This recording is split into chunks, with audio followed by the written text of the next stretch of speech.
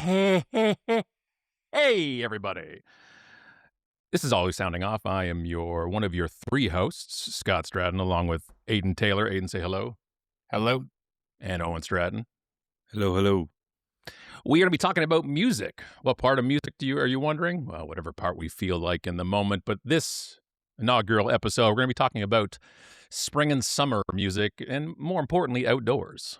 Festivals, what we've gone to, and we enjoyed the constraints when you do something like this, and even the costs and behind the scenes. All that and nothing more on this episode of Always Sounding Off. Now, we are all based in Southern Ontario in Canada, and we've all had a flurry of experience, whether it comes to just being music fans first. So, gentlemen, I'm going to go to you first, Aiden. I want to talk about just festival in general. Is it one of your ways? Do you enjoy a festival when it comes to the summer, or would you rather go to a concert at night and that's it? Festivals, they can vary. I think they have a lot of good where you can see a lot of your favorite or some acts you like for a more cost prohibitive, way, and I guess kind of in your schedule way easier Right. to do it too because you're Right. getting it all done in one day. But there is some times where the festivals for me can be a little bit of a drag because there's only a couple people you want to see. And I know too, recently I've talked about this with some other people. Just the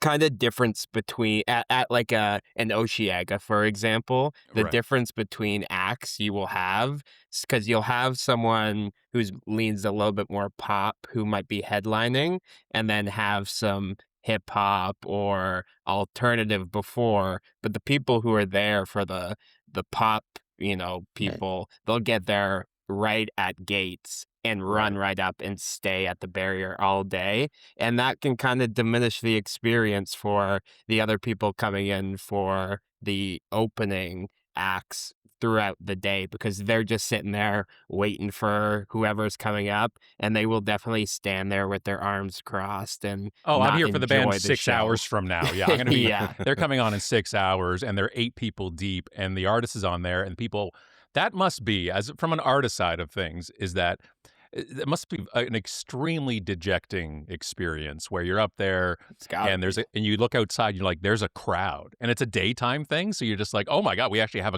a decent crowd out here, and you go out there, and none of the people are there for you. None of the people are there for you. The question is, can you win them over? Do you remember the last time, and Owen, I'm going to go to you on this one first. Do you remember or heard of even either experiencing or seeing on YouTube or somewhere else an artist that was not known by the crowd that maybe won the crowd over, or you saw somebody that really impressed you at a live show? I think you can go all to the classic of a opener surprising everyone Right. and being the Right. favorite part of the night. I think my version of that would be Billy Martin opening for Half Moon Run at the music hall. It was also my first year in MIA, so as the excitement of starting to go to shows and build that community with everyone, and when we And went what to does that MIA? show at What does MIA stand for? a music industry arts program at Fanshawe in London, Ontario. Amazing, a program And that both of you have been part of, which is great. And what was was it a talent that blew you away, stage presence, or all the above? definitely all the above, but it was also the simplicity of it. She just came out, her and her guitar, one light, and just absolutely killed it on stage with her voice. It sounded like an angel. It was just unbelievable, ethereal experience. And then, The when I was my festival days are so far behind me. I can't even see them at this point. The thought of going to a multi-day festival to see a handful of artists I may like fills me with dread. It's something that I do not want to do for the most part, unless it's extremely bougie. But going way back to the days of Molson Park here in Ontario, one of the very famous festival grounds from back in the 90s, where you could go see, and that's where Lollapalooza came and played. That's where a bunch of things came through. And the $30 it costs to get in to Lollapalooza, which in today's dollars would have been about $70 for the day. And you saw all the top acts of it. And so I looked at the pricing, and it's still about Lollapalooza wanted it to be that, which is about $80 to $100 for the day, because that was supposed to be the point of festivals. It wasn't supposed to be Coachella, where tickets started at a couple grand for a lot of the places that you could sit and watch. It was making it affordable for fans to see a bands that always weren't playing together either. And I remember Lollapalooza in the '90s. Somebody walked by and handed me a demo cassette. And they just kept walking, and they handed it to me, and it was a 3 or 5 song like cassette EP, if you've ever seen these ones. And it was I Mother Earth, which is now is became one of my favorite bands. Incredible musicians, Edwin the singer being Edwin, but incredible skill all around. And that was just because it was a festival and everybody was handing out stuff all over the place, and it was just the way the vibe was. And it was something that is the one thing to me that certainly sets festivals apart. Is there's a whole world, a whole community. And it's not necessarily like Burning Man, but it's a whole, there's other stuff going on other than just you're waiting for a singer or a band to come on stage. And I think that's, depending on where you are in your life, is one of the more important parts of the festival in general, anyways. Yeah. Yeah, for sure. And I do think it still is for the most part. I know everyone gets in their mind like, oh, when you talk about festivals, you go, oh, Coachella. That's just for, rich people to go. But, Right. there's still tons and tons and tons of festivals happening that aren't called Coachella that are still pretty, good on price that you can go to and see quite a few acts. And then also, and it has changed since, those days of Lollapalooza where people, aren't, I would say, are less willing to spend money on checking out new artists and things like that. Because, in those days, people would be like, yeah, let's go to the entire festival and then see all these new bands, check them out. And at the end, we'll see that band we all go there for. But now it's like people are looking headliners second line. If there's no one in there, I'm not paying for anything because I don't care about anybody else in it because I'm only going to go at Right. 8 o'clock to see those big people. Now, as Aiden, as somebody who was at Dine Alone Records for years and has dealt with a festival born and raised in St. Catharines, one of my questions I want to ask you is because it's always the thing, because you see it on Instagram all the time. It's the poster.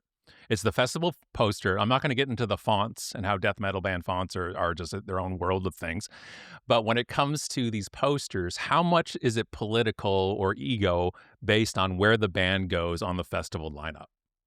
Well, yeah, it's all I think that's I wouldn't call it all ego because there is that hierarchy in Right. music anyway. You're there's tiers of where you're at in your career and that Right. will translate over to the festival poster. You can be huge in a smaller subgenre. You're going to get a smaller thing on, it's like example Oceaga poster when Billie Eilish comes because Right. it's Billie It's fucking Billie Eilish. Eilish. So it's just like I don't think it's an ego thing. I on the outside of it, people will be like, oh yeah, they're front people syndrome, and it's just because they want their name big. It's just like no, those are the big acts. They're getting paid more and they're gonna be a bigger draw, and that's why their name is bigger on the poster. Because like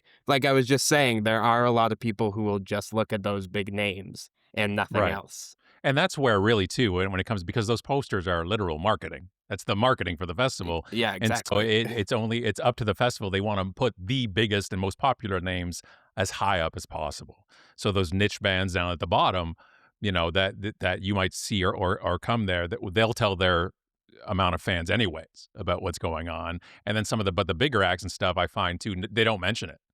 It's the same thing where it's almost built into a PR side of stuff, where some places like you have to promote you're going to be here, where there's conditions based on playing something. And Mhm. it's now the question is that are bands that I'm asking questions that I want to know as a fan of music. And are there festivals that either of you have heard of that bands have to pay to play at? Yeah, it happens Mm. still. I think it's, you know, getting less, or maybe it's kind of the same, but they're just not as advertised as, pay to play. But it's still out there. It's always going to be out there. That's And never going if to go also away. if you're not getting if you play for free, you are paying to play in theory, Yeah, right? You do have exactly. costs and Yeah. everything as well. So versus that whole thing, which is exposure, which we all talk about and that you can die from, as which is a famous thing. Okay, but there's this decision because one of the things that we don't understand, and Owen, as somebody who's right now was just did or is doing right now a show and dealing with details on any small or large show, it's what did you not realize about shows being put on that when you were part of one, whether it's Share the Land, which by the way, if you're listening, I'm wearing the shirt, where it's a concert or something, what did you not know and that you learned behind the scenes about shows that have multiple bands coming Hmm. How important the techs are and the sound crew. Shout out all the Always. techs and the sound crew. They're the ones that make a show or festival run smoothly and seamlessly. And if you don't recognize or see the sound crew or tech crew, you know they're doing their job well. That's right. It's always Yeah, the unsung hero, the people who prefer not to be on the stage that make the stage run with it exactly. really, really well. Yeah. Now, this is an interesting thing that we saw come across the board was one of the festivals, one of the big ones that had created a reputation was the When We Were Young festival in Vegas, cancels 2026 and says they'll be returning in 2027. Two questions for both of you here. One, do you think they will return in 2027? Because this is a PR thing that people sometimes will say. It says it will be returning down the road. And two, is this always just about money? 80. Yeah, definitely not always about money. And off camera, we had this discussion before about this and other festivals happening. It's just like, and I think too, and this is what happens in the music industry. There's a big curtain, and people like to speculate what's on the other side of that curtain. And a lot of it is just, oh yeah, it's all about the Benjamins. Like that's the only thing that matters. But really, it's not. Like with We Are Young, I do think that a break could do them well. Like we were in the thralls of the early 2000s emo revival, and everything was just happening. These past like 3 years, that's all that was happening. All those old bands going back out on tour, festivals happening, they're getting put in commercials, they're doing podcast interviews, they're everywhere. Mhm. And sometimes you got to take a step back and be like, is it good to have this happen every single year, or are we Right. just burning out the market We're saturating as it quick too as much. Yeah. we can do it? So I do believe that they might come back next year. I can't be for certain. I wouldn't be surprised if something happens between now and then where it doesn't work out. But I do believe them that they are like, okay, let's take a year off and then try and do it again next year. Having a yearly festival is it's a hard thing to do, Right. especially if you're doing it with the same genre and the same place. It's hard to be. I know Vegas is a whole different beast because you have people Yeah. coming in and out of Right. there Right. There's much more all the transients now. time. Yeah.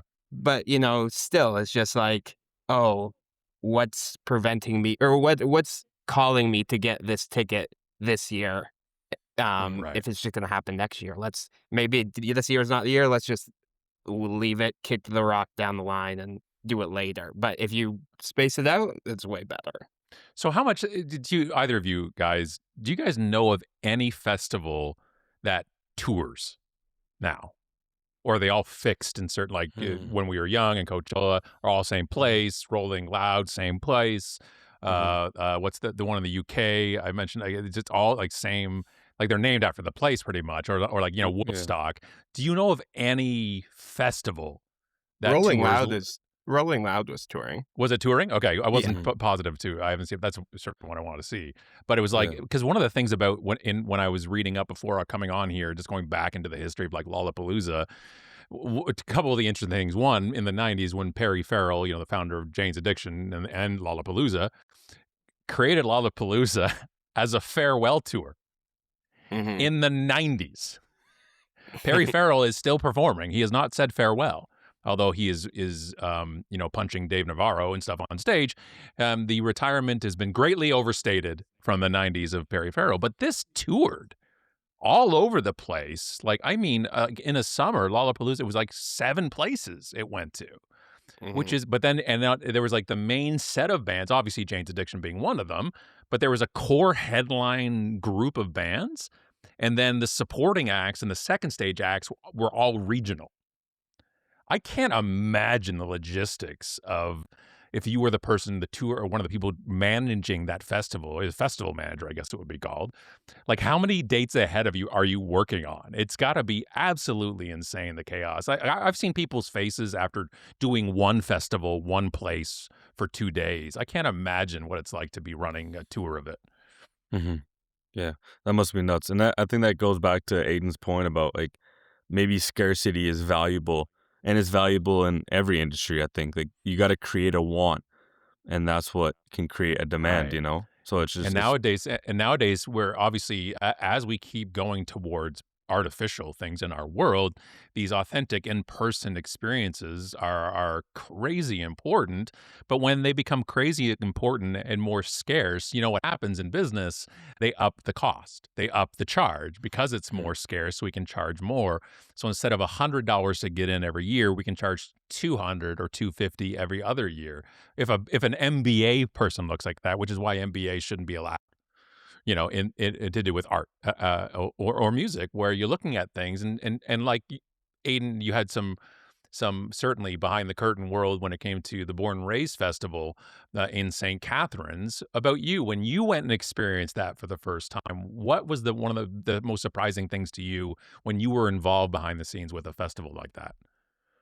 I think just, the scale of it, everything gets pushed up to, it's you would think that if you work one show and a festival has 6 people that day, it would be like 6 shows, but it's really just like an exponentially bigger show that you're putting on down to the stage, the artist area, and the catering, the security, the bartenders, the food trucks, and all that stuff. It's just the scale of it gets turned up quite exponentially. And going back to what you're saying, you would think people are they're getting grays immediately doing these tours, but that's why you have like a team of people. Yeah, you need one. Yeah. Yeah, you have like a bunch of people running it, so it's not just shouldered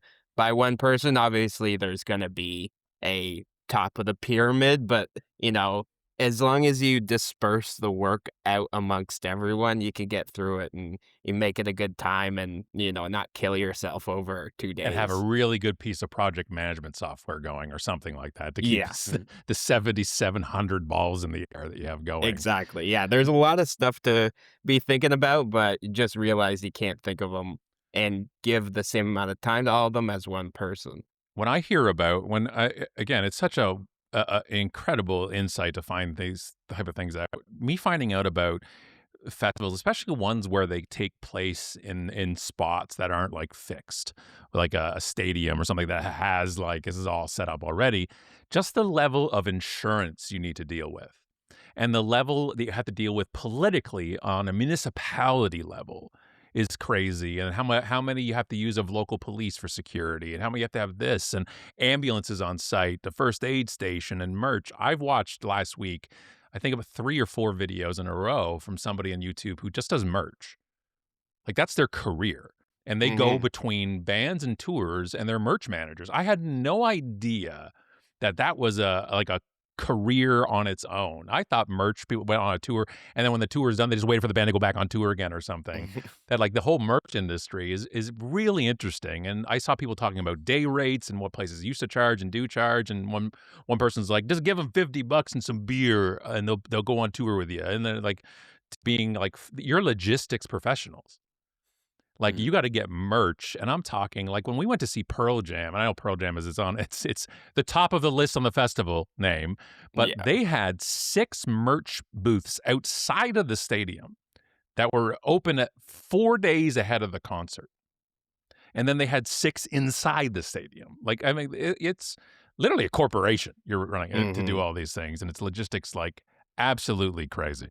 Yeah, One at of that the point when you're getting to the top end of people, that it is you're running a clothing brand store at Yeah. that point, and then you're bringing it, and it's being mobile. You're bringing it around to different cities. So Yeah, you're in just think of it retail. like that. Yeah, you're a retail professional. Yeah, you're a mobile retail professional and a logistics expert. And if your Mhm. band has custom skateboards based on the city they're in, you got a lot of merch and trucks and stuff. So, and then there's the marketing of the merch and the staffing of those things and so many things. And then there's the other side of it where how do you make it best for fans? Right, which is always the struggle at any of these things is I don't want to miss the show for merch, but if I Mhm. wait to the end of it, it's Mhm. going to be 600 people online, which is yeah again one why I think people should be able to order ahead. Go ahead. Oh, one of the interesting recent case studies about insurance with festivals was COVID because a pandemic wasn't written into insurance contracts. So a bunch of festivals lost money because a pandemic wasn't covered by insurance. right, And then that had to be completely rewritten within the festivals. All the insurance contracts, you got to pay more of a down a deposit because of this one recent case study of a pandemic happening and screwed a right, bunch of people over. and that was, and you know now, of course, that everybody has that Oh yeah. now in their insurance. As somebody myself who's from the event industry who speaks at conferences, that every single contract now has the word pandemic in it hmm on that level. Because really, at the end of all this stuff, somebody's left holding a bag and everybody tries to run away and make sure they're not holding it when it hmm comes to these type of things. So you got insurance and cancellation insurance, then you have tickets, but then you have people who bought it on the secondary market. There's so many things involved for making a day or two work, and which is a real change. And now making a day or two work will lead me to this next part of today's show, which would be a would you rather. I'm going to pose you a question, 2 situations that actually happened to me at outdoor shows, and you tell me which you rather would do, okay? Would you rather be at an outdoor event, so let's say Budweiser stage, but you have seats and you sit behind somebody who is 6'6", who stands the entire time, and you have to watch most of the show on a monitor to your left, is 1, or 2, it's raining and the band your band you came to see is delayed so long because of their own ego that you have to miss the encore because you have to catch a train back, your last train. hmm I think I'd I'm probably not naming the rather. groups because I don't want to bias the answer. So it has to be pick your own bands you're watching. Yeah. Um, I'd rather the rain one for sure because at least you get to experience a lot of the show for the reason you came there is to watch them live and not on a screen. You know, to look at the screen the whole time and hurt your neck, especially if you're sitting down. That's the reason why you're sitting down, so you can watch them straight on, Right. probably. So I don't know, I think sometimes rain can add another vibe or aspect to the show. Obviously, it can suck if it's too long and you're getting drenched, but it adds like another sort of energy to a show when everyone's committed to staying in this rain and enjoying the show. All right, Aiden.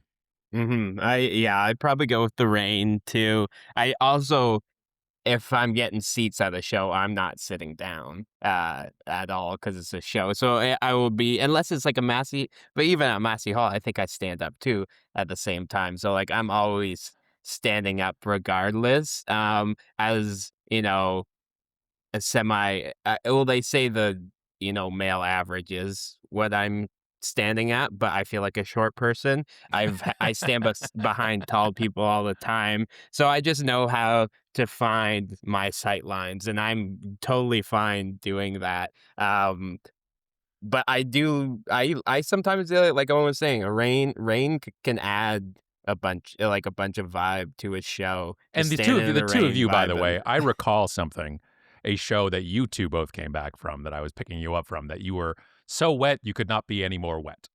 Yeah, that was I wouldn't even call that rain. That was No. the typhoon that came What was through the show? What was the Toronto. show? It was J. J. Cole. Cole at for OVO Fest So people there. listening, Mhm. the OVO Fest J. Cole show, I was across the street at the CNE parked while they were at Budweiser stage, and I could hear the music. and I couldn't see outside of the car. It was raining so hard, and y'all came back, and the car is still wet. By the way, it is still wet a decade or so later. And that story, by the way, the what would I rather do? Neither, because I did both of them. The sitting down was Dave Matthews Band at the Budweiser stage, and the dude was 6'6", stood right in front of Allison, who's 5'0" nothing. So we switched, so she was not standing behind him, and I was just kind of ducking and weaving, trying to look around, and we just found it. More or less, I just kind of sat down sometimes and watched the monitor, because that was the best view of the monitor from the seat where I sat with my angle. And the raining and then missing the encore, which is, by the way, the key here, which I don't think either of you gave enough respect to. You're missing their biggest songs that you came to hear. And that was Guns N' Roses at the C&E. And it was Guns N' Roses Metallica. And Metallica came on. And then for an hour and a half, Axl decided not to join the stage because he's Axl Rose. And then he came on stage, and we all went bananas at the height of Appetite. This is actually when Use Your Illusion 1 and 2 just came out. Huge, the top of the world. And then he gets handed to him something. He goes like, all right, everybody, I've been handed a note saying anybody who has to take the train, go train back. The last one is leaving shortly or you'll be stranded. But you don't care about that, do you, motherfuckers? And I'm like, I do. I can't get home. This is back in the day of no Uber, no cell phones, no... If I didn't show up, like, Mom would be like, we need to send the police. And I had to walk back the long walk from the C&E to the GO train, hearing Paradise City behind me, where it didn't feel like a Paradise City at all. So it's a bit different now, too, because I don't think they had the sound curfew back then, where if you play over 11... it's $10,000 every. They did. They had it back then. Still, it was How long did he play after? Oh, it was no. The last train was 10:43 or 10:40. Oh, okay. So he didn't even make it to. He still. So they must have cut the encore went for 20 minutes, 20 to 11 to 11, and they finished. Did they with cut Welcome the to the show short? When did he start? So he didn't come out. He didn't come out and say, "Hey, train is leaving." Like, they played their set, and he came out for the encore, which would be about 20 minutes. And he says, "Hey, by the way, the last train is going to be here soon." Because they were late, they told that you have to tell everybody. So they played I heard their main set and didn't hear the 4 freaking encore songs, which included Paradise City and November Rain. But they must have cut it short if they came on late, you said, right? Yes. Yeah. And so the whole, like, the set itself was shorter than Metallica's overall. Right. Yes. But okay, also, but the thing is, though, that was like their 5th show. And it was like, it was like they knew they were late for every single one of them. So it was almost like they had a set was, look, the later you come on, the less you're going to play. Mm-hmm. And they just didn't care. Right. Or at least whoever was important holding the microphone didn't care. Speaking of holding the microphone, I do have a Staccato for you. So nice. Staccato is a game that we like to play where we're going to play one note and one note only, I think, or close to enough to one note. If you can hear and identify the song, you got it. Do you both want a chance to guess, or you want me to give each of you one? Yeah, no, it's like, so if I go first, because I'm oldest, yes. And then if I get it wrong, then Owen can steal. God. All right. Yeah. We're going to go with this. We tried to test the audio before recording, so we hope it works. We'll try it again, and you let me know. Aiden, this is going to be the stipulations on the Staccato this time is Summer Staccato.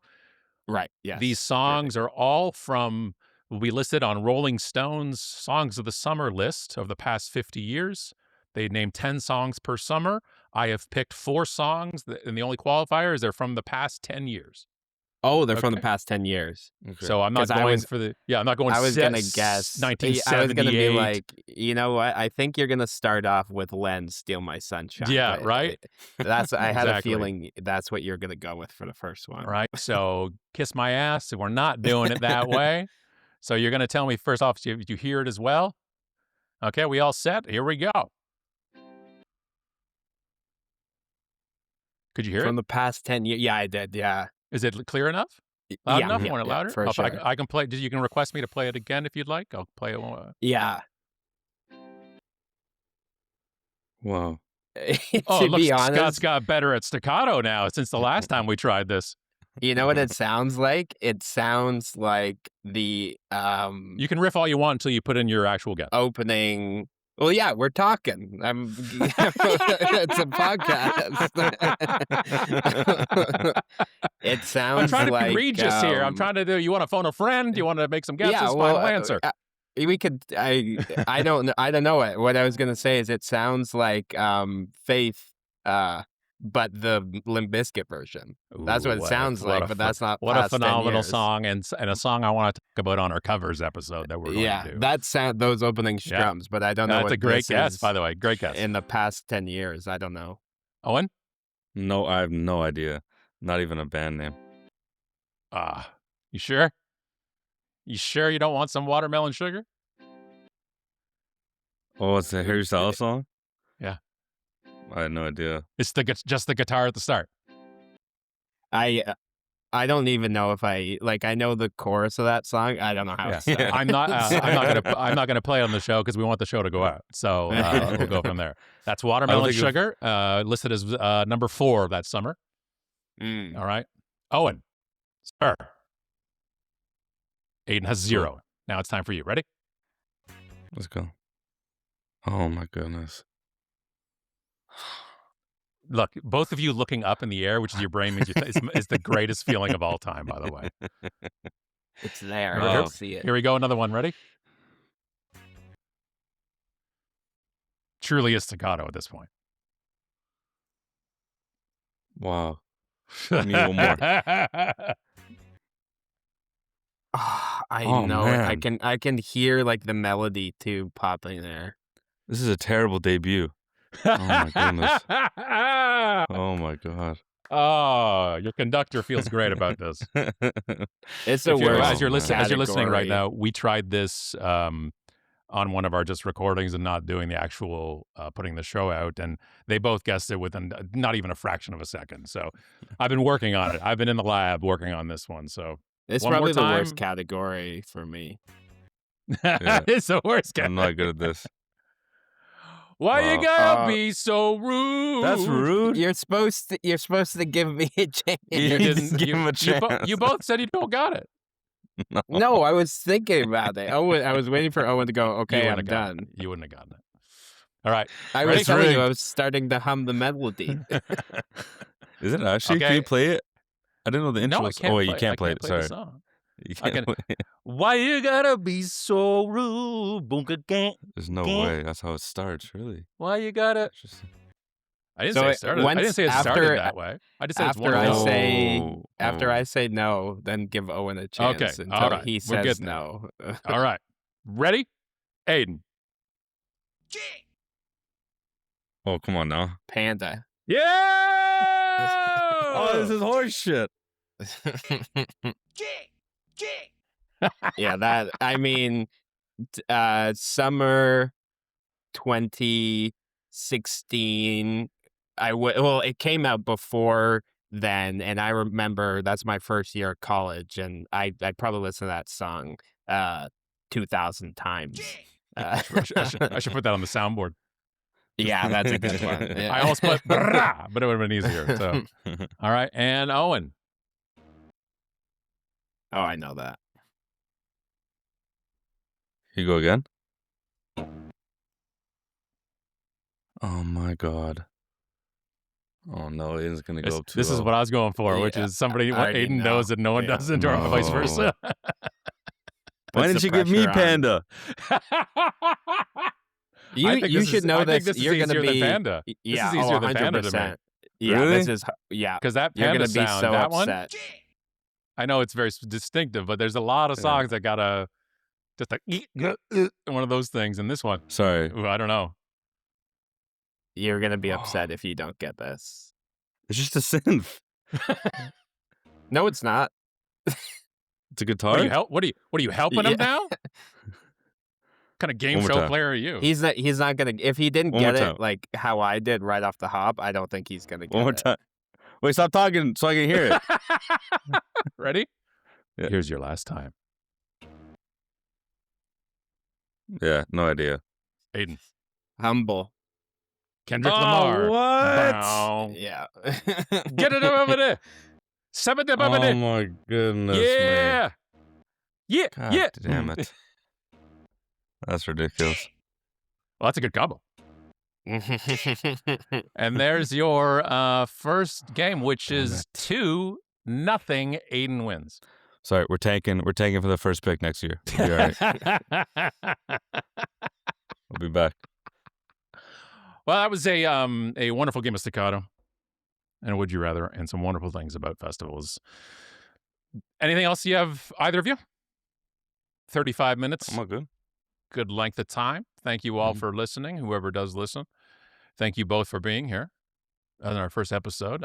Can't wait to do this again and stump you some more on some staccatos now that I feel like I'm cocky that I've actually done it well this time. This is always sounding off, the show about, music and stuff from behind the curtain and the other side of the curtain, because I ain't behind any curtain.